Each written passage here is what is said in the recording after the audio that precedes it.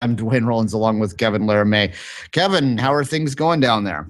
Things are pretty good, doing. We're going to start recording in a second. I'm just going to play Okay. the I was bumpers. waiting for the bumpers. Yes. Yeah, I was just warning you that we're live on.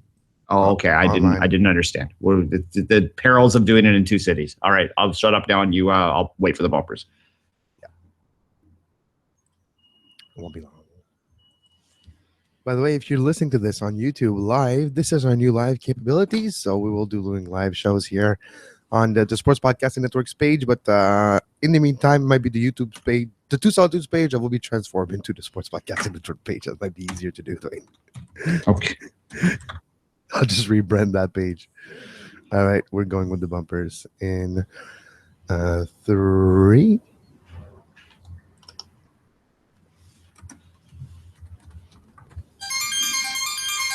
You are listening to SPN, the Sports Podcasting Network. Now the 5 rings in a second. You have to give us a wait. We're just going to redo this. Okay.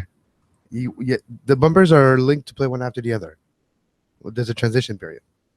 You're not hearing it because it's slower, so it's not in your ears, but it's there. Okay. Yeah. I just don't know when to come in, Kevin. I didn't hear any cue. Yeah, but because it didn't play yet. I know. I didn't say anything though. You are.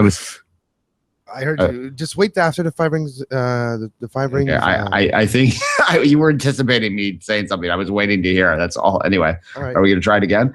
Well, yeah. I'm just gonna need to every time I restarted the music, I need to press play, but I need to put the 2 songs together. So, in a second.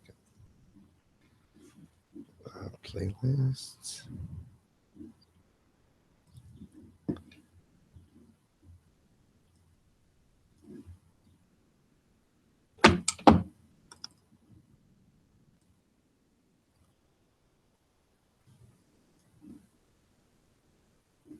Okay, so now we're recording.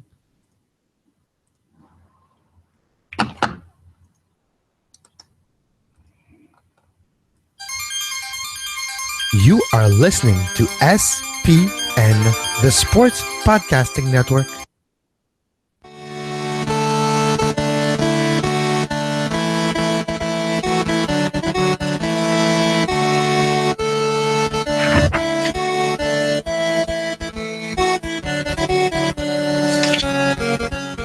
The 5 Rings Podcast, your weekly amateur sports and Olympic sports show with Dwayne Rollins and Kevin Laramie. And now, without further ado, here's Dwayne Rollins. Indeed, I am Dwayne Rollins along with Kevin Laramie, and this is the 5 Rings Podcast. This week's podcast is done in live option as well for those that are listening in right now on YouTube, but otherwise it will go out just as a normal podcast. This is all part of our initiatives in the Sports Podcasting Network right now that we're going through to try and get you more live shows and so on and so forth. But as I said, this will also go out as normal. So I'll stop telling you about the nuts and bolts and instead introduce Kevin right now. Kevin, how are you? I'm very well, Dwayne. Quite an interesting morning in the world of soccer. If you're looking in the Canadian and CONCACAF side, we have an executive from Canada now in the world of soccer. In the world of CONCACAF, that's very interesting, Dwayne. Yeah, Victor Montagliani, just before we recorded this morning, and we've talked about Victor on this show before. We've suggested that Victor was the front runner to win the CONCACAF presidency, and that indeed did happen this morning. The vote was 25-16, I believe. I'm going off the top of my head with that, but it was around that 2/3, 1/3 kind of level. So it was a pretty definitive vote that Victor got on the first ballot this morning to get his mandate. Victor was the quote-unquote reform candidate in this election, and he does have several reform positions that he's put out there, and we'll go over those in our final segment today when we talk about what that means and what the future of CONCACAF is and how it might affect Canadian soccer, how it might affect the 2026 World Cup bid, all sorts of good stuff like that. But from a purely Canadian standpoint, I was making the argument on Twitter this morning when this news came down that I think that Victor might be the most powerful Canadian sports personality in the world right now. And think about that for a minute. Is he? I think he might be. Well, we've seen Marcel Aubu fall off his pedestal, have we, in the last last year and a half? Yeah, last 6 months even, yeah. Yeah, 6 months. So Victor Montagliani, is literally now when I said executive, it's in a business type of terms, but that's what it is. He's the highest ranking official in sports in Canada as we speak, I believe. Exactly. Well, All right. in North American sports. For sure. I mean, the world even. I mean, you got to look at him being a high end, like a confederation president in the world of football. That's pretty high up there. That has a lot of power, a lot of clout in the world.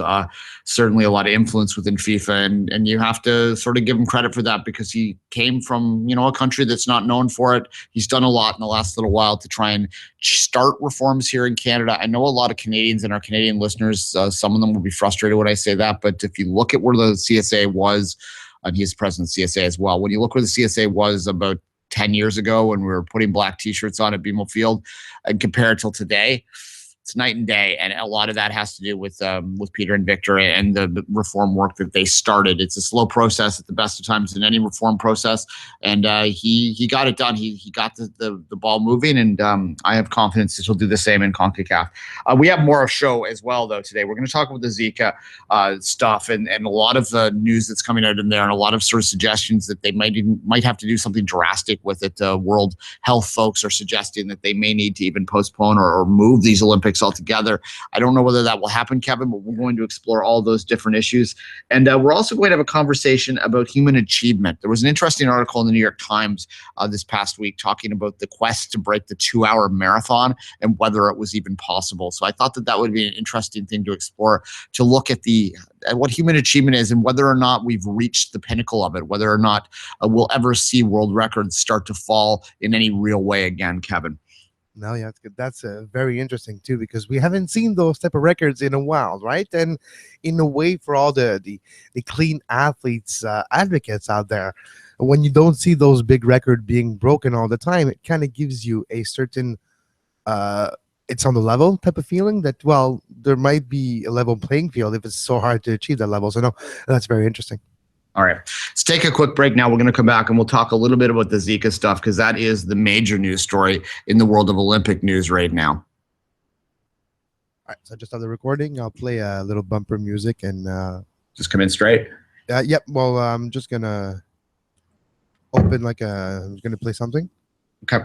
And when I fade out, you could. I'll just start talking when it's fading out. Yeah. Just don't know what to play. What should I play? Well, what feels like Olympic-y? With a Zika song? Is there a Zika song? I don't know. Is there a Zika song? I think there is, but no, I'm not gonna play that. Something. I don't know. Oh yeah, I know. I have something. I know what to play. Play Depeche Mode. It's always a choice. Just can't get enough. I just can't get Where did I put this? Because I have like 10 songs from all the decades. Okay, 90. Let's go to 94. Okay, yeah, well, it'll be a throwback. Okay, it's gonna be hip hop, isn't it? No, it won't. Jeez.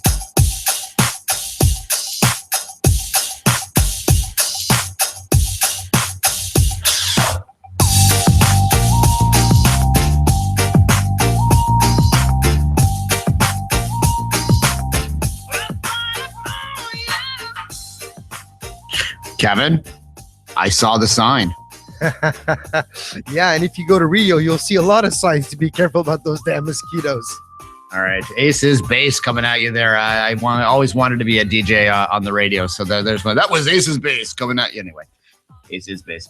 All right, enough of that junk. Let's move on and talk about Zika. There's a lot of talk there. An article just this morning talking about the possibility of it creating a worldwide epidemic if you allow 500,000 visitors to go down there. Basically, what the article said, Kevin, was that a virus will always travel, and you will always see a virus move all over the world, no matter where it starts. However, what you don't want to do, and what you should never try to do, is to speed that process up, because you can get into real trouble if it starts to overwhelm the world, and you can't sort of have antidotes catch up to it, right? Like it will spread.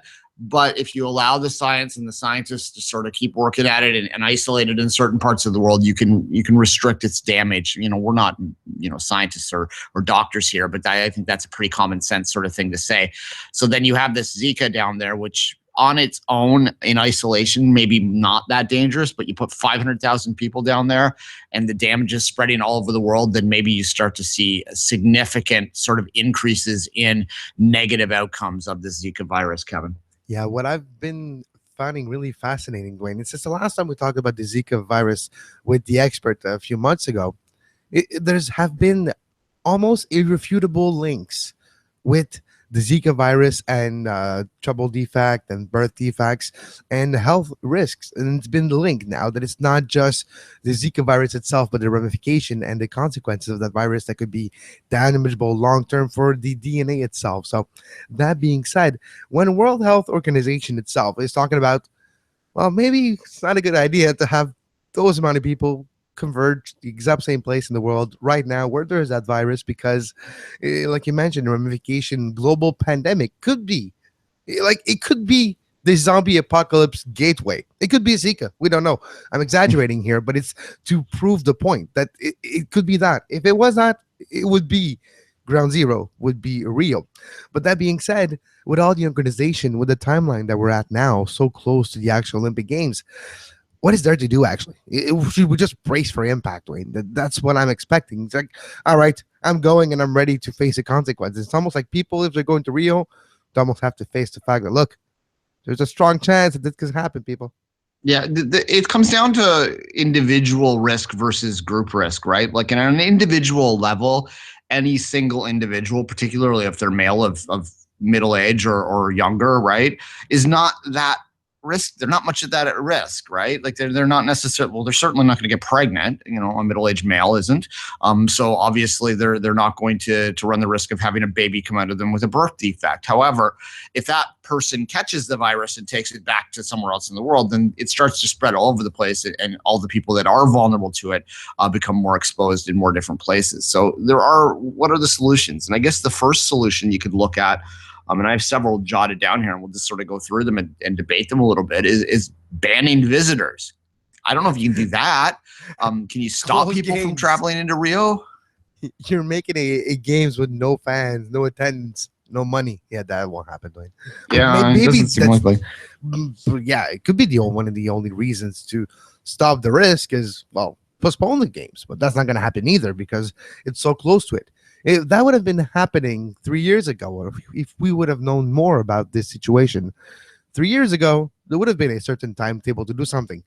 Now we're months before the game. We're 2 months before the game, and we're talking about the Zika. That's not even we're talking about what's politically going on with millions of people in the streets of Rio yesterday to either protest or to support the destitution or not of the president. So of Dilma Rousseff. So, the whole political landscape when you have this to the Zika virus program, yeah, it's going to be interesting in 2 months, time.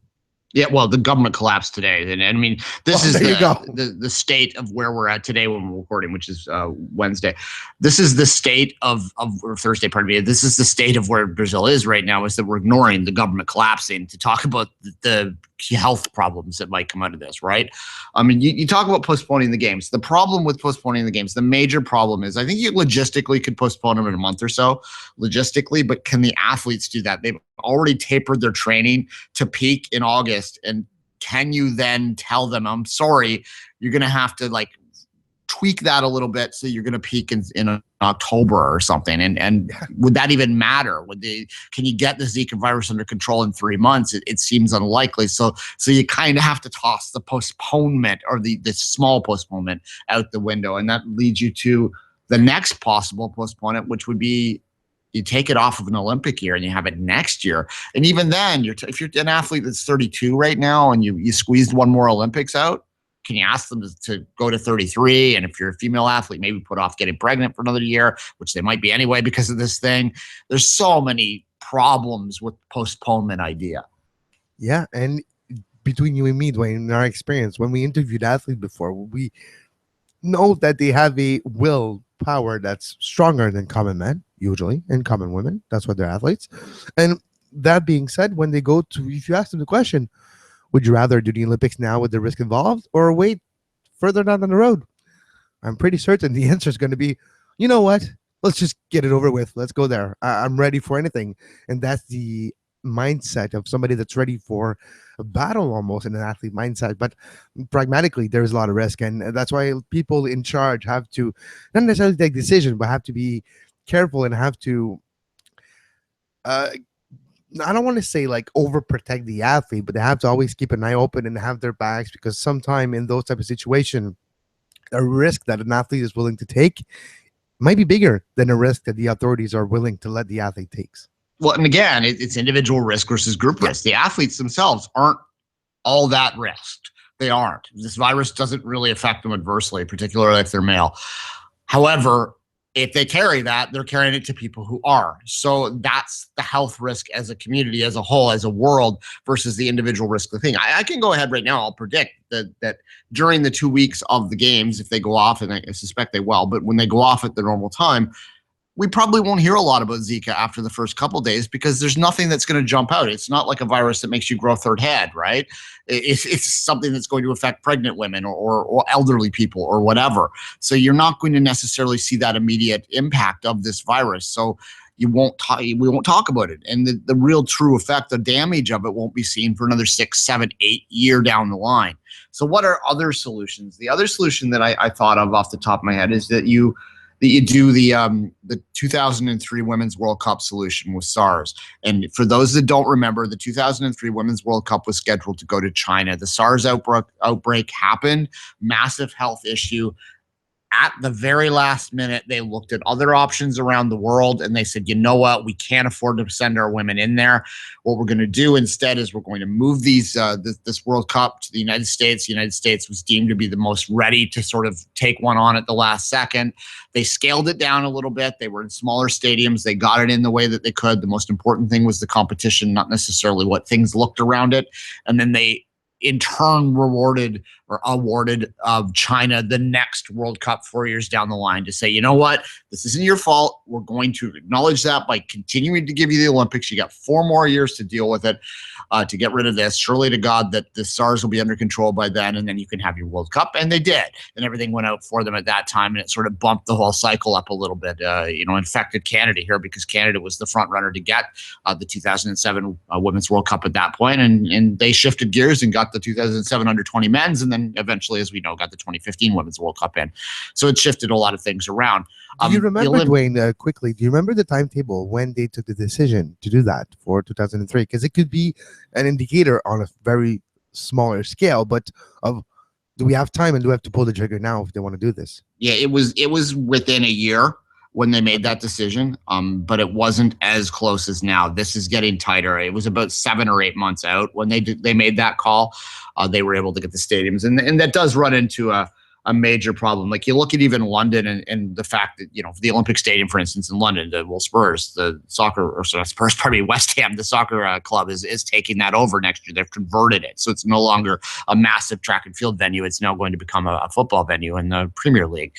So they do that all across the board, that some of these venues were temporary. So they'd have to find temporary venues. So I think that the only way to, it's one thing to move a Women's World Cup in 8 months' time. It's quite another to move an Olympics in 3 months' time. And the only way to do that, I think, would be to go to my often solution that I talk about when I'm talking about bids, and to move it over to multiple venues in multiple different countries. So, whoever could host a track and field venue, host it. Whoever could host a swimming meet, host it. Whoever can host a what equestrian event hosts it, right? Like that's the only way you could maybe move it this quickly. And then again, you would then probably have to talk to Tokyo. So I was going to say, so you're saying Beijing and Tokyo are getting the games again this year too? Yeah, well, that would be what you would end up having to do. Well, London Tokyo with 2020 right now, you'd probably have to move Tokyo to 2024. And then, or maybe then you give Rio 2024 and give them 4 more years to work out, which might work out in the political spectrum too, because they'd have longer to figure it out. But it's a mess. It's just a big mess is what it comes down to, Kevin. And it's hard to figure solutions that make sense other than just hope. And that's probably what's going to happen. Over the 2 years now of this show, Dwayne, we've talked about the Summer Olympics and how we're getting excited for Rio. Over the years, we've talked about those many problems many times. But never have we anticipated that a problem outside of political problem, or even the health scare that we did know about, wasn't even Zika, was more the dengue fever, which is still a problem, by the way. So let's not forget that the dengue fever is still a risk for them in Rio, because we talk so much about Zika, that the dengue fever, let's face it, it's still a possibility. But yeah, it's a shame that it's an unexpected problem, that it's couldn't be really foreseen as well, that it putting all jeopardy and wrong Like it's putting a dark cloud over those games that already had a dark cloud over them. So now it makes for a quite hectic few months now. Yeah, and it all comes back ultimately to the awarding of the games to Rio in the first place and whether it was an appropriate venue to put there. It's a beautiful venue. It's an amazing, from a purely aesthetic kind of makes sense, including the whole world. Christ the Redeemer statue over the images of the game. It's lovely that way, but like pragmatically, it doesn't make a lot of sense, and it never did. But it always comes down to, and I'm going to belabor the Toronto thing. Like Toronto's had 2 Olympic bids that would have ran perfectly smoothly, and everyone knows that, but it's not sexy enough, so it doesn't win. And the IOC continues to pick sexy over pragmatic, and to their detriment. And this is just an extreme example of it. It's not going to be different when you look in the actual games or in other big organization like Qatar or Russia for the World Cup. Or I do expect the games in the 2018 Winter Game to go a lot better. I do feel that Tokyo will have a very organized and without an itch almost Olympic Games. But we have to get there, and we still have to manage Rio. And I think that's going to be the topic of the summer: how to manage Rio. Well, yeah, and it's like Athens on steroids. If you remember the build up to 2004, there was a lot of concerns, but they weren't, are the athletes going to, permanently damage their ability to have healthy children? It was, are they going to bankrupt the country? And it turns out that they did. So, and, well, let's go back to 2014. You remember, Dwayne, when we talked about how the World Cup in Rio and in Brazil, that it's great, but the social issues are going to be what stands out. And look, 2 years later, nothing is resolved, and it's even worse. And the World Cup has something to do with it too, as well. Well, yeah.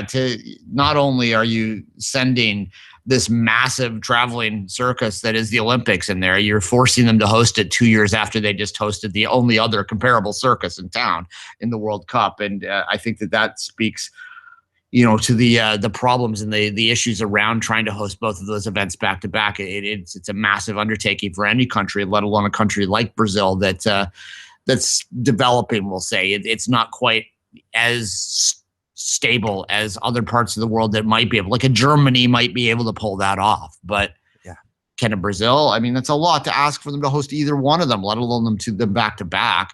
And here we are, though. I mean, I don't know what the solution is, really, Kevin. I mean, obviously, if you're talking about a pure health perspective, they probably should delay it. But the health people aren't considering the athletic parts of it. And I do think that those matter, because these are, for better or worse or whatever, symbolically or not, the Olympics are a massively big deal to these people. And to take that from them, it's not quite as bad as a boycott or something, which we've seen in the past, but it would be almost as bad to me. You move the Olympics out even a couple months, you're fundamentally changing how these athletes have trained and prepared for it. And there's still going to be winners and losers and all that sort of stuff, but there will always be questions hanging over those games if you move them at all, because the athletes tapered for a different date, and that matters. The more we talk about it, the more I realize there's no good situation, because even for the fans of the Olympic Games in Brazil that are bought their ticket and probably saved their money for the last 5 years to scrape everything together to be able to attend the games of a lifetime, the chance of a lifetime in your city to attend the Olympic Games, and now because of a Zika virus and the political situation, things might not have gone the way you anticipated it, and you might not even have a chance to see the Olympic after all if there's a change of venues because of the virus. So no, there's like no win situation, because if you move, you mess with the preparation and the training and the mental visualization of an athlete just by having an athlete expect to, example, do a swimming race next to Rio for the last 4 or 5 years. He got ready for this race knowing he was going to be an athlete close to participating if he can get the time right. But now, because of a virus, this could be changed. And no, it is, there's no win situation. And it's a situation that everybody feels they're stuck into. And they're all like, oh, we should have known this. Why did we do this? We should have known better, or 8-9 years ago. Yeah, there's no perfect solution for sure. I mean, if something flares up that makes this untenable, untenable when they absolutely have to move it. I think the only way to do it would be to convince Tokyo to go to 24 and to move Rio to 2020 and to host these games in multiple venues. That would be the only way to do it on any pragmatic level right now. And that is not something you could see the IOC doing unless they have a figurative gun to their head. So I doubt we're going to see much other than sort of we're basically going to be crossing our fingers and hoping that the Zika virus ends up not spreading across the whole world and impacting loved ones that are close to us, right? Or anyone really, but that's where it comes down to. It always comes down to the personal, right? We're all going to go, we'll figure it out, but are you going to figure it out? Are you going to feel the same way if the virus comes back and affects your sister-in-law or your mother or your sister herself or whatever, right? You're not. Yeah. It's just a bad situation, Kevin. And again, this whole conversation is taking place without us even talking at all about the political instability. Exactly. And if you would say that a couple of weeks ago, we probably both be, of course now we're going to talk about like the millions of people in the street, like they're not rioting. It was like peaceful protest, but when millions of people in the streets protesting, it cannot be good. So right now our thoughts are going to Evan Dunphy, friend of the show, who's going to be participating in the Rio Games. Stay healthy, Evan. All right. I wanted to talk about human achievement as well. We'll move on to something a little bit more. As I said in the intro, there's no natural segue, Dwayne. It's a good way to do it. You did it. Yeah, let's just move. Exactly. There's a great article in the New York Times. I recommend reading it. It talks about the quest to break the 2-hour world record for to break the 2-hour barrier in the marathon, and it's suggesting in this article that it may not be possible. The world record, for those who don't know, is let me just get it exactly. It's about 205 something or 203 something. Let me verify that. But at any rate, I thought that would be because I remember a marathon time of 2:20 being a good one. It's 202.57 is what the record is. So just 3 seconds under 2 hours and 3 minutes. So we're talking about knocking 3 minutes off of the world record in the marathon. And the marathon is the one record that has consistently been broken over the past few years. And that has a lot of factors behind it, largely because, different courses are different sort of times and so on and so forth. And the thing about the marathon world record too, is it's a record that's generally broken outside of major events because the major events become very tactical. So it's a record that still a lot of people feel there is room for move, and can they get it to 159 something? I don't know. It's an interesting question. 3 minutes is a long time in the world of track and field. I remember the world time, but like you mentioned, it's endurance, so it's a little different. 3 minutes can be a long time, but it's not something that it's unachievable. And I love those endurance type of record and number, Dwayne. There's always like the 1 hour mark in cycling, where in 1 hour the record is tracked in distance, so it's the amount of distance you do in 1 hour nonstop. So you have to get your average up to 55, 56, 58, 59, almost to 60 kilometers an hour to do about 68, 64, 58, 59 kilometers. I think the record is at like 59 right now. But just those endurance records are amazing to me because it's a battle of will. It's a battle of attrition. It's yourself against the clock trying to beat it, and the amount of practice and literally sacrifice involved, it's mind-boggling. Yeah, I mean, there's athleticism involved, but there's a lot of determination stuff too that's not measurable. Yeah. For the record, the world record in the half marathon is under an hour. So inconceivably, if you could double that up, you would do it under 2. But it does seem like it would be one of those massive accomplishments, like the 4-minute mile that's happened. The 4-minute mile, obviously back in the 50s, was this level, this number that many people felt can never be broken. It is now, for those that don't know, they don't run the mile consistently anymore. Obviously, it's the 1,500 meter now, metric mile. But they do have a world record still for the mile. It is 3 minutes and 43 seconds and 3.13. So it has been shattered, that 4-minute label. But then again, a lot has changed since Mr. Bannister was chasing the 4-minute mile, Kevin, and a lot of it has changed in ways that we're not entirely sure that we can say out loud, but we all understand. And if you look at the times of when these world records have been broken, let me just give you some dates here of world records. 2009, when Usain Bolt broke a bunch of them, along with in the 2009 world record, the 100 and 200, and that 1919 is crazy in the 200 meter. But after that one, you throw that one aside in terms of the sprint. You have 1999 as the 400 meter world record. You've got the 1500 meter record was broken in 1998. The mile is 1999. The 2000 meter, it's not an Olympic discipline, but it's 99 as well. 3000, 96. The 5,000 is the only one that was in the 2000s here, and the 5,000 and the 10,000, but they were still broken over a decade ago, 04 and 05 in those cases. You go down to some of the other, like the jumping disciplines, and you're going crazy back. The triple jump was broken in 1995, twice in the same day, and it hasn't been broken since. That's mental. Think about that for a second. Well, those two guys really ate well, Dwayne. Yeah, that's all it's about, right? Well, it was Jonathan Nutrition. Edwards. He ran, it was 18.16 and then 18.29. The triple jump world record broken twice in the same day. He big win that day. It was 1.3 meters, but under the limit, but just kind of near the max. The shot, well, we'll get into the throwing records in a minute. The high jump and the pole vault, both of them. Sorry, the pole vault's the one that's been broken recently in 2014, but the high jump's from 93. We've talked about that before and our suspicions on that one. The long jump is the craziest one of all, of course. Bob Beamon broke the world record in 1972 of 8.92 meters. That held until 1991 when 8.95 when Mike Powell broke it. It maintains that. So only twice since 1971 has someone jumped over 8.9 meters, and it's only happened twice, and those are the world records. So is that an indication that we've reached the maximum of how far a human can fly, really? Well, there used to be an expression. I think it's not achievement, but to get to max the potential, have we get to the limit of what's humanly possible, what the potential of a human being, the kinetic potential, the athletic potential. Are we maxing it out as we speak with nutrition, training? Just take the PD question out of the equation right now. Let's just talk about optimum nutrition. Have we gained optimum potential for human beings? If you see those record stands and everybody, well, all the athletes are pushing themselves to the limit to beat those records, and they cannot even get close. Is it the optimum human potential those records represent?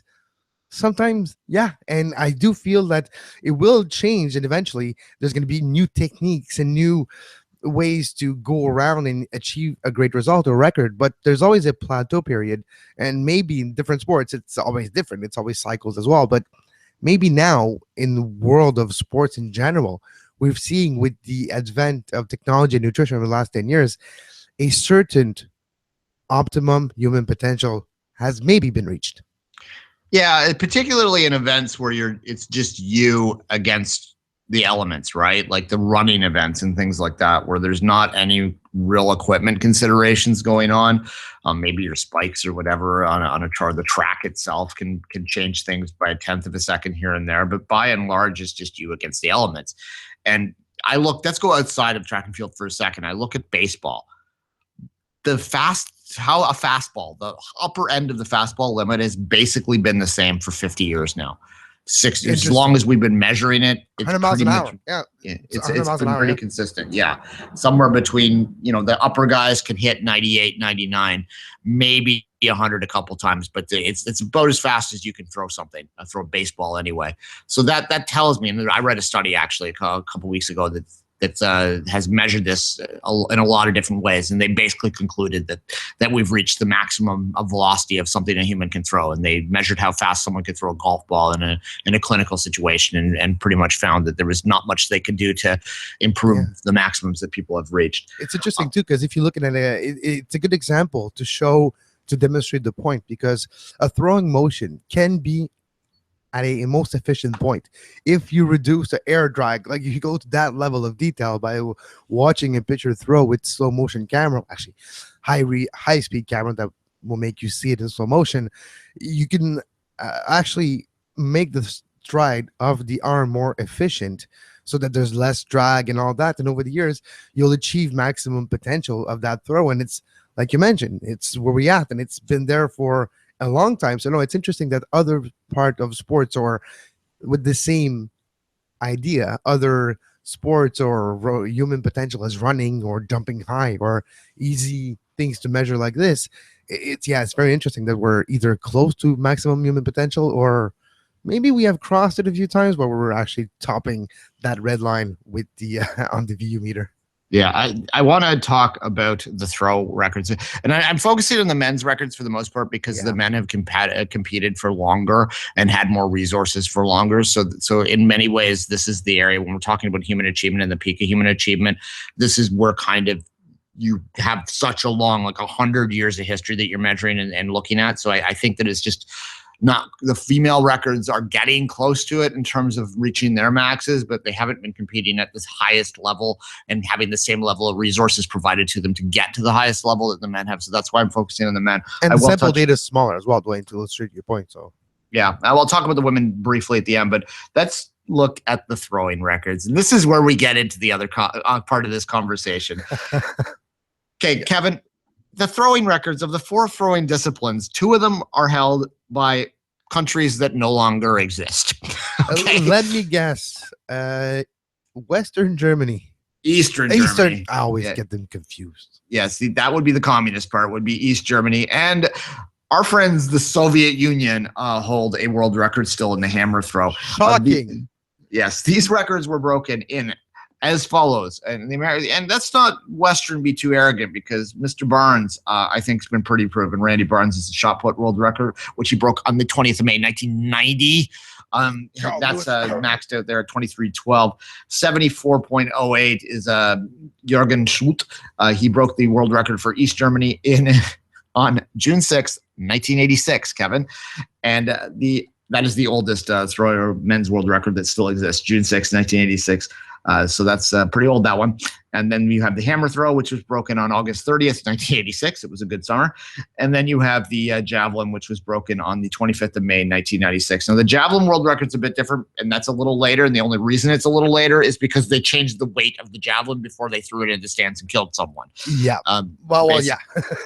The world record used to be much higher. No one's broken 100 meters since they brought it was like 120 something. That was the record before that. And like I said, it was landing on the track, and it was only a matter of time until it landed in the stands. That was no good. You mentioned javelin, and it always reminds me of that god awful image of the referee getting impaled with that javelin. The umpire, I mean, in the Olympics. What I think in 2000. I think it was in Athens. I know in Sydney. I think in Sydney's 2000. Yeah. Yeah, that was awful. Yeah. I look, these numbers are, let's just call a spade a spade. These are dirty numbers. There's no doubt about it. You don't have a record from 1986 that hasn't been touched in the height of the steroid era that's not dirty. Yeah, I have no fear of saying that. Wait, so it's been 15 years and nutrition has gone to the way it is now, with scientists like studying the best way to eat and get everything potentially out of your system into the actual object that you're throwing. And you're going to tell me that a record from 86 still stands to this day? Yeah, no. Something happened. Either the crop of 1986 of wheat was so powerful that it gave powers to the athlete like this, or it's dirty. Yeah, especially when you look at the javelin records held by a Czech athlete is too. It would have been right after the Czech Republic split from Slovakia. So it was these are suspicious numbers, to say the least. And to talk briefly on the women's side, the most suspicious record of all, and I've talked about this many times in this show, is Florence Griffith Joyner. She died of liver disease, folks. You can't slander the dead, so she was dirty. And 10.549, pardon me, is the most disgusting record on their books, and it needs to go. I am the member. I believe this. I think for the throwing stuff that we've come to the point that I would just change the weight of all of the measures and reset them to 0 and start tracking world records again from now, because I don't think you can trust these ones anymore. And if you change the weight, you can justify it. You can put an asterisk beside them, put them in some kind of world record Hall of Fame, and start again. Because I kind of miss seeing world records broken. It was exciting when I grew up loving track in the 80s, and now I know why, but it was exciting to see those records broken. So you're saying, Dwayne, okay, so let's change the weight and let's do 105 meters and let's do a 65 meter dash. We just bad record all the time. Yeah, maybe we won't go quite that far, but I do think that it's easy enough to change the weight of the shot put and so on and so forth. Yeah, I'm being silly, but no, you're absolutely right, because, well, you've seen it with the javelin, what it did. When you update the record, like this is like pressing a reset button in a way that you don't have to highlight the problems of the past, saying, look, we're going to do this because we're afraid that our tainted record will never be broken. No, we're just doing, look, technology has changed. We don't want to like kill people with the javelin, use the same excuse or the same idea behind changing the weight of the shot put, discus, whatever, and then it gives a clean slate for everybody to start anew. And then, well, yeah, it's bragging rights for the first season, first event. It's going to be bragging rights. Trust me, a lot of people are going to go up for it. Yeah. Quickly on the women's side before we move on, the women's, because again, the peak of when women's events were first sort of blowing up all over the world was at the height of the steroid era. So when you look at the women's world records, I think that they've even been more affected by PEDs than the men's side, because these ones are all questionable. I'll give you the dates of the sprint world records for the women's side. You have Flojo got her world record on the 100 on the 16th of July, 88. She also broke the 200 meter a few days later that year at the Olympics itself, the 29th of September, 88. In the Seoul Olympics, you have the 400 meter was broken at the 6th of October, 1985. And then you have the 800 meter broken, which is kind of a sprint nowadays, on the 26th of July, 1983. Come on. I mean, come on. Come on. No, those records are just, you can't even look at them anymore. They're not even real. When we talk about this, Wayne, I'm thinking in my head now, athletes right now, usually if you go with the peak of human evolution, we can go up to this side of things. It should be constant growth, right? It should be just getting better all the time, because we're always theoretically improving and getting more efficient and finding better and new ways to do things. So this being applied to those records shouldn't be dated that time. It should be closer to this day, because technically you should actually get better. It shouldn't be a time that 30 years ago shouldn't be beating now. Like an example, cars now are a lot more faster than cars from 86, because technology that we learned since then and all that has been applied to it. So the same thing as an athlete, as a vehicle, as a made of mass and muscle that can go faster than before. Don't tell me that nobody can go faster than they were in 86 if they weren't juiced in 86, basically. Yeah. And quickly, the two throwing events that the women have competed in, excluding the javelin for the third one that they competed in because they had a weight change too, I believe. Anyway, they 87 and 88. So yeah. Anyway, we don't need to belabor that anymore. It's just hilarious. I looked quickly at the swimming world records too. Swimming's a bit of a weird one because the pool matters so much. And for instance, if you look at the 2009 World Championship in Rome, 16 of 42 world records were broken in there, including 7 of 12 on the freestyle side. So swimming is still a sport that's very pool dependent in terms of how you get your world records. I remember watching Sydney; so many records were broken in Sydney because at that time the pool and the uniform, the tights that they were wearing, I forget it was. Yeah, the swimsuit is what I'm trying to say. Dolphin skins. You're literally allowed to wear like a fish skins that were making the water repel off your body. Yeah, I don't know if you remember too, Kevin, back in the backstroke back then, that somebody figured it out. The dude that figured out that he could do a dolphin kick under water for almost 80 meters. Then yes, surface get 2 breaths. Yes, I remember. It was silly too, because the guy was just staying under and he had no air drag on him, so he did not exert almost no energy, and he was keeping up with everybody else and then just winning. Yeah, I remember. Yeah, it was one of those weird. Like. He found a loophole and got his gold medal, and then they closed the loophole. And the rule was changed after those Olympics, literally the day after. All right, you're not allowed to do this anymore. Check. Yeah. So basically, some guy was broken. Some guy figured out the freakish ability to hold his breath and figured out a dolphin kick. At any rate, I kind of give him credit for it, though. He found the loophole. And hey, whatever it takes. That's the epitome of the whatever it takes to win. Yeah, well, that's some people got all up in arms over that. That's less cheating to me than putting something in your body to change it. You just figure something out. You're just smarter. Why would you be penalized for seeing something that people didn't? Yes. So the swimming records again, they're a little hard. Although there are some old ones in the swim too, if you look at them. But by and large, the pool plays a big role. And like I said, the 7 of 12 freestyle world records at the Rome World Championships is a bit absurd. And the one that stands out to me, Dwayne, we'll go back to what is really clearly only, like you mentioned, that has no artifice to it. So the running faster, higher, stronger, those type of things that are usually the epitome of human optimum potential. And it's mind-boggling to me that record from 86 still stands when it's about running fast, jumping high, or jumping far. When theoretically, with the advent of sports nutrition and sports science over the last 30 years, it should be the other way around. So just that makes it an outlier itself for me. All right. If you have any thoughts about this, let us know on any of our social media, whether you think that we're out to lunch on this, whether you think that I'm being too harsh when I call those records dirty, whether you think you should just reset them and start them again, change the disciplines ever so slightly so that we're chasing new things. Because I think that track and field really is really lacking for not having those chase for world records anymore. It's really hurt the sport. A lot of excitement back when you watch the world record fall, and it's unfortunate. I mean, you remember when Bolt ran 1919 in that 200 meter and just your jaw dropped, right? Like that was something that was unbelievable and incredible to see. And unfortunately, it really stood out because we haven't, this generation, there's 20-year-olds that really, that's the only world record they've seen broken in their lifetime. And that's unfortunate. Absolutely. It is very unfortunate. All right, let's take a quick break and we'll come down and we'll break down the CONCACAF elections. It's going to take 2 minutes real quick, Kevin, okay? We'll wait. You are listening to SPN Radio, powered by the Sports Podcasting Network. Visit sportspodcastingnetwork.com for more.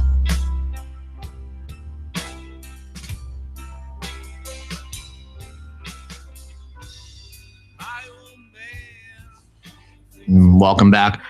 Victor Montagliani, as we said off the top, is the new CONCACAF. Okay. Yeah, sorry. I thought I didn't realize you heard me. All right. I'll be right back. Quick. I always hear you, so don't worry.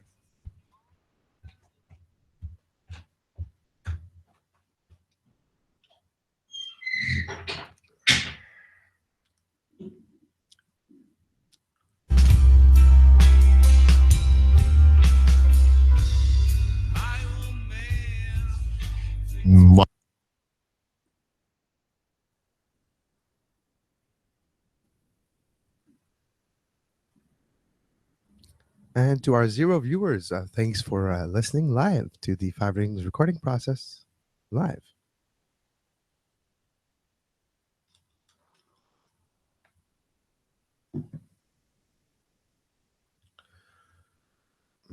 La la la.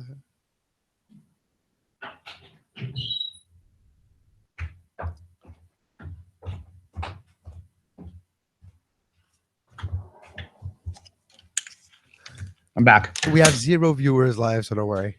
Okay, yeah. Well, we didn't really promote it. Yeah, it's fine. It's more for us too, right? Because I'm going to listen to it after to see the audio quality and all that. But no, well, what's good though, it reacts because you're not plugged into Google Hangout. You're calling me on Skype. Yeah. So now we're going to do this, and what I will do now that I have unlimited calling ability on Skype, I call the call-in studio number that we have. They people that want to call in the show call this place. We call this place, and this place act like a switchboard. Okay. And we're paid by the minute, so we pay 3 cents a minute when we're connected, and callers cost 3 cents a minute too. But I max it out at 5. So when there's 5 callers in the queue, the other ones get a busy signal. Okay. And we get our number. When there's a trial period, they give you $10 free when you create an account. Okay. So I have enough to do like a month worth of shows.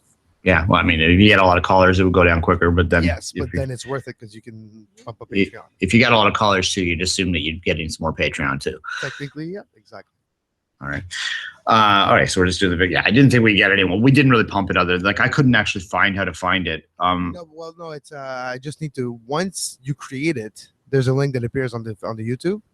Okay. So now I can send you a link, but I don't want to because if I start going to that page, it just starts playing, and I don't want that to happen. Okay, yeah, it's fine. It's not a big deal. But no, but the I'm seeing that it's broadcasting live, not a hitch, and it's the audio quality that we're pumping out of my mixer, so it's good quality. So that's the easiest way to do live.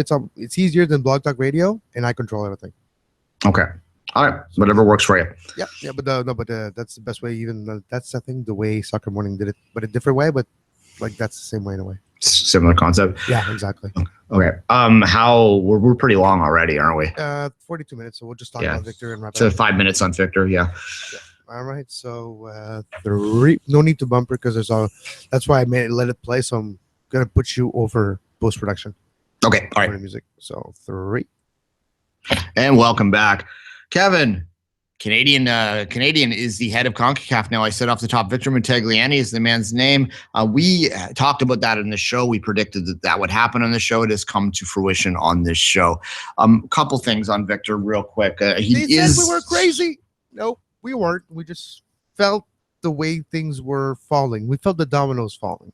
Well, yeah, I was told that Victor was likely going to be the next CONCACAF president after the CONCACAF Congress back in January. So it's been all of this year that I've been sort of aware of this. And what I was told is that conference, with that combined with how he handled the World Cup back in 2015, a lot of American listeners might look at that World Cup and only see the turf issue. But in terms of the logistical running of that tournament, in terms of expanding that tournament, of many other things that were behind the scenes that weren't like in the news, like the turf stuff, a lot of people were happy with how it was organized. And that really gained Victor a lot of support, along with his ability to act as sort of a go-between some of the warring factions within CONCACAF back in that Congress in January. So that was really where it started and where people were sort of trying to convince him to run at that point. And they felt that he was the guy that could act as a go-between, as a compromise president that everyone could agree with, like all three regions can agree with. And he did have universal support from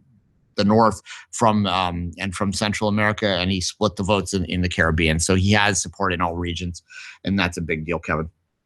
Yeah, absolutely. And like you mentioned, the reform candidate, or the candidate from a background that is more certifiable, more transparent than we have seen in the past as well. And that's part of the reason why Victor Montagliani is our president of CONCACAF, to move forward, to go in a new direction, to put the past in the past, or in jail for certain for certain circumstances.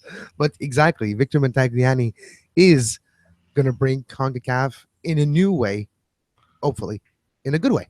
All right. I want to talk about the 26th bid, but before we do that, I'm just going to quickly go through the 4 prongs of his platform, his reform platform. And he wanted to have good governance. So he has a commitment to reforms and ensuring accountability and transparency within the organization through aligning government's best practices. I'm reading directly from the email that the CSA sent out announcing his victory today. His second prong was strategic planning for competitions and commercial enterprise. So he wants to build CONCACAF's brand, reflecting trust and integrity by reviewing all competitions and enhancing efficiencies, commercial enterprises development, and inclusiveness. He wants to invest in football first development and infrastructure. So strategic plan and vision to be implemented over 2 World Cup cycles, with an infrastructure program focused on putting football first through leadership training, grassroots programming, and generating opportunities for league creation. And we've talked a lot about the one league he's creating. The other league is the Caribbean League. So that will be his 2 big projects, is to get the Canadian Premier League up and running, and to get the Pan-Caribbean League up and running. And if that happens, then the whole region will be basically covered by top-level professional football. And that's something that it's never happened before, and would be a great legacy to leave behind. His final prong was strong leadership, based on the concept of leadership as service. The leadership must model the highest standards of ethical behavior, acting honestly and in good faith with the best interests of CONCACAF and its member associations in mind. So those are the 4 prongs that Victor put forward. The big question that a lot of people have, Kevin, is instantly about World Cup bidding, because that's often where these things come down to. And we know that 2026 is a World Cup that CONCACAF has circled. There are people, including our friend Jonathan Tannenwald, who thinks that there was a deal made to support Victor Montagliani for the role of CONCACAF presidents in exchange for Canada to support the U.S.'s bid in 2026. I'm not convinced of that, but it is something to explore. Yeah, it's interesting too, because if we talk about deal between 2 organizations for a exchange of benefits, basically, kind of reminds me of the old FIFA or the old CONCACAF. I kind of hope that that's not the case, because, well, we expect more transparency, and that's not how things are supposed to work. So maybe this is a possibility, but hopefully we do have a Canada bid for this World Cup, because it's something that we would appreciate here. Of course, both me and Dwayne, of course, because we're Canadian and we're here and we cover soccer. So it would be probably a chance of a lifetime. But outside of that, we do believe that Canada has what it takes to host with all the tournaments that it did host over the last decade. As an example, look, that's what's left. We're there now. That's the only testing ground that we need to do, is the World Cup, and please let us do it. So yeah, I do believe that we'll see a bid by a World Cup. And to be fair, the fact that it's a Canadian president of CONCACAF shouldn't have any instance on a Canadian bid or not. But Yeah, and Victor said in his when he was running for president that one of his priorities was to ensure that the region does land the World Cup for 2026. He feels that's an important goal to seek and to succeed at. He will need to take himself away from all aspects of Canada's bid at this point. As the president of CONCACAF, there would be an inherent conflict of interest there. He will need to act as a neutral party in that. And people will quite rightfully question whether he can or not. But it's not unheard of in the world of football to have guys act as federation presidents and confederation presidents at the same time. And certainly that will continue here. Victor was just, re-upped for 2 years for Canadian president just recently as well. So he will maintain both roles. I was going to ask you the question. That's a question I didn't know if he would still be the head of CSA being head of CONCACAF. Yeah, it would just recently. I mean, that he was reaffirmed as the president. So I have heard nothing in the contrary that he plans to step away from his CSA role. He will continue to work on the Canadian Premier League. He'll continue to work on stuff like grassroots reform and long-term player development and things that really don't cross over, that there isn't any conflict of interest, but he'll need to separate himself from issues where Canada's bidding and things like that and allow Peter to take over those from the CSA's perspective and other people that on the CSA's board. So this is an interesting thing in terms of the idea that the U.S. supports Victor, and in turn the expectation or the understanding is that Canada either supports the U.S. or steps aside at the right time or whatever. I have trouble believing that that's actually happened for the very reasons you just outlined. That goes contrary against everything that he's saying in his platform. It's exactly the same stuff that we've been seeing in the fora, where I scratch your back, you scratch mine. Exactly. So thank you, because I was like, well, no, I think we're going to see something different. Maybe I'm naive, or maybe I just want to believe, but let me be naive for a while before I'm proven wrong, at least. Yeah. Quickly on that, it was just announced this week as well that the time frame for the 2026 bid has been moved forward or moved back. Pardon me. Originally, it was supposed to happen this year. That obviously was not going to happen. So now the actual election will take place in 2020.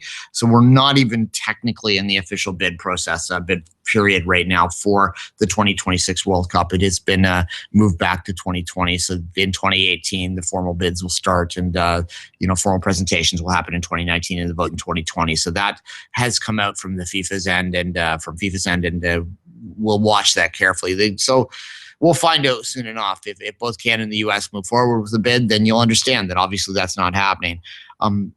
We've talked a lot in the past about whether we think Canada can win a bid. I do think they can, in short, but you are free to disagree with that if you wish. But nonetheless, I think that there's got to be some level of, let's go there. Is there some level of benefit for the Canadian Federation by having the president there? I would think even symbolically there has to be. If he does a good job, he's going to make people happy in the region. And if he makes people happy in the region, they're going to be more inclined to support Canadian initiatives. That's kind of where the influence has to come from, not indirect. Wink, wink. Here you go. I feel it's by association, because Victor Montaglian is Canadian and is head of CSA, and now he's head of CONCACAF. It gives a certain credibility aura more for the Canadian Soccer Association, in my opinion. So in optics, it might give not leverage, but at least a better credibility factor, and not Canada for the World Cup. Nah. At least that might be taken off by the fact that the head of CONCACAF is Canadian now. Yeah, exactly. It's if he runs CONCACAF well, and if he helps to implement reform packages, there will be a natural inclination of people to think that he would be capable of running a World Cup. And I suspect that would be probably in the back of Victor's mind what he would be thinking that he would do. He'll run CONCACAF for a while, and if Canada is successful in the bid in 2020, then I suspect that he will want to head up that bid and head up that World Cup. That would be his legacy goal. Why wouldn't it be? Of course, it would be anyone's that was in the position to take over to run a World Cup, right? So one quick point I want to make about the 2020 election for the process for the World Cup, the fact that it's far removed now, even 4 years than it's supposed to be, with all the scandals and the arrest and the judicial process that's going on with either some members of FIFA or CONCACAF of the past as we speak, I think the 4 years removed that the vote will take place, and actually it's a benefit because they give a buffer for all those investigations to finish, for people to be either given to justice or proven innocent, but it has time to finish investigation and to clear the air and to maybe get rid of some influence. So in 4 years, there's more time to do this than in one. So that's the interesting part to me of that announcement that was really in low profile this week is, look, it's going to be 4 more years for everybody's sphere of influence of the past to be dissipated, and for maybe transparency, or at least the infrastructures necessary for transparency be put in place. Yeah. We'll end it on this thought. I've said in a previous edition of this show before the FIFA stuff started blowing up last summer that I felt that Canada was the front runner for 2026. And I maintain that. I held on to that position that had nothing changed, had we gone into a bidding process that was under the same format as the past, in the same environment as the past, I think Canada would have won that bid for a lot of reasons. Not necessarily because they were corrupt or that there was graft involved, but because I think that it just made sense in how FIFA operated when you looked at that. And I think there was a big resistance towards the United States as well. Now the United States is front and center in the reform movement. I think that changes the environment a little bit. It especially changes the environment when you're bumping that ahead a few more years. We don't know what it's going to be like in 2020 when they're making this vote right now. It's still a long ways away. And I no longer am comfortable making any claim whatsoever one way or the other for any of these bids right now, other than I do believe CONCACAF, if it gets its crap together, will probably host 26, and that probably means one of two places. So I do think the bid is between the United States and Canada, but I'm not willing right now to give one the nod over the other. Obviously, the U.S. has some inherent advantages in terms of the infrastructure that already exists, in terms of the commercial viability of that bid, lots of stuff like that. That said, it's not like Canada doesn't have infrastructure abilities. It's not like Canada doesn't have commercial opportunities. And I think Canada's inherent ability is that it's a little more politically palatable than the United States for a lot of the voters. So there's advantages to both of these, and I'm not prepared to say which one's the front runner at this particular time because the situation has changed. It's not as in your face as the American bid would be. Yeah, and always. And I mean, it's not fair to the Americans. It's not fair to the American people for sure that they're perceived around the world the way that they are in many ways. It has to do with, bitterness and jealousy in some cases, but it's a reality, and it's a political reality that needs to be overcome for them to win any bid in any sporting event at all. It goes to the Olympic side too. No, yeah, exactly. It's going to be very interesting in the Olympics and, especially the World Cup for 2026. But again, 4 years before that vote, so it has a chance to maybe be a different FIFA, hopefully by then. All right, Kevin, as always, say goodbye. You're listening to the Sports Podcasting Network on your podium. You were listening to SPN, the Sports Podcasting Network. Visit us, sportspodcastingnetwork.com.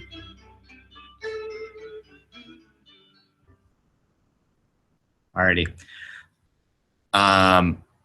So the timing of the bumpers at the way out and stuff like that, is that something that's just that you need more warning for the goodbye, or? No, I just started too early for me. Okay. All right. So it's just you getting used to it, basically. It's what we're getting done. Yeah, exactly. Because it takes not even a half a second. There's a couple of viewers live, so thanks on YouTube, Mathieu Legary, and the other people that said hi on Twitter while listening to this recording of the Five Rings Podcast live. Thanks for listening. Hope the sound quality was good. Let us know. And until next time, on your podium.